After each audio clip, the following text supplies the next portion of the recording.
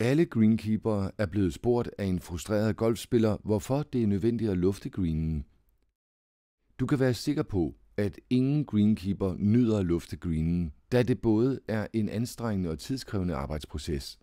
Men hvorfor insisterer greenkeepere så på at lufte greens 2, 3 eller flere gange om året? Det gør de, fordi det er nødvendigt for at holde græsset sundt. Det primære formål med luftning er at løsne kompakt jord og kontrollere det organiske materiale, kaldet filtlaget, som består af ødelagte rødder og visne græsstrå. Filtlaget opfører sig som en svamp, og når det bliver for tykt, holder det på for meget vand ved overfladen. Det vandmættede filtlag begrænser rodvækst, øger risikoen for sygdomme og vil til sidst betyde, at græsset visner. Et for kraftigt filtlag vil også give for bløde områder på greenen. Luftning kombineret med en topdressing af sand er den mest effektive måde at kontrollere filtlaget på greenen og hjælper med at skabe jævne, faste overflader. Når jorden er godt drænet og rødderne får mere ilt, er resultatet en sundere græsplæne, som er bedre rustet til at håndtere slidet fra de mange golfspillere. Lufthullerne giver det overskydende vand mulighed for at fordampe og den iltrige luft mulighed for at trænge ned i greenen. Resultatet er et forbedret rodsystem.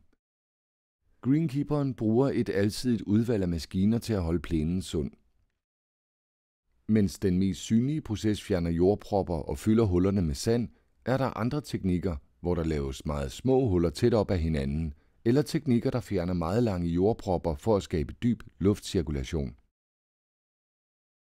Der kan luftes med kraftige spyd, med vertikale roterende knive og endda med højtrykstilførsel af vand eller sand. Skånsom luftning af greenen kan udføres i hele vækstperioden. Luftning af hugpiber eller andre større indgreb skal helst udføres, når plænen er sundest og i hurtig vækst. Den rigtige timing er vigtig for at sikre hurtig genvækst og dermed en sund og stærk green. Der findes ikke en enkelt luftningsmetode, som passer til alle situationer. Greenkeeperen tilpasser løbende banens plejeplan og tager højde for mange forskellige faktorer som klima, jordtype, plænens behov, tilgængelig arbejdskraft, turneringsdatoer og andre variable.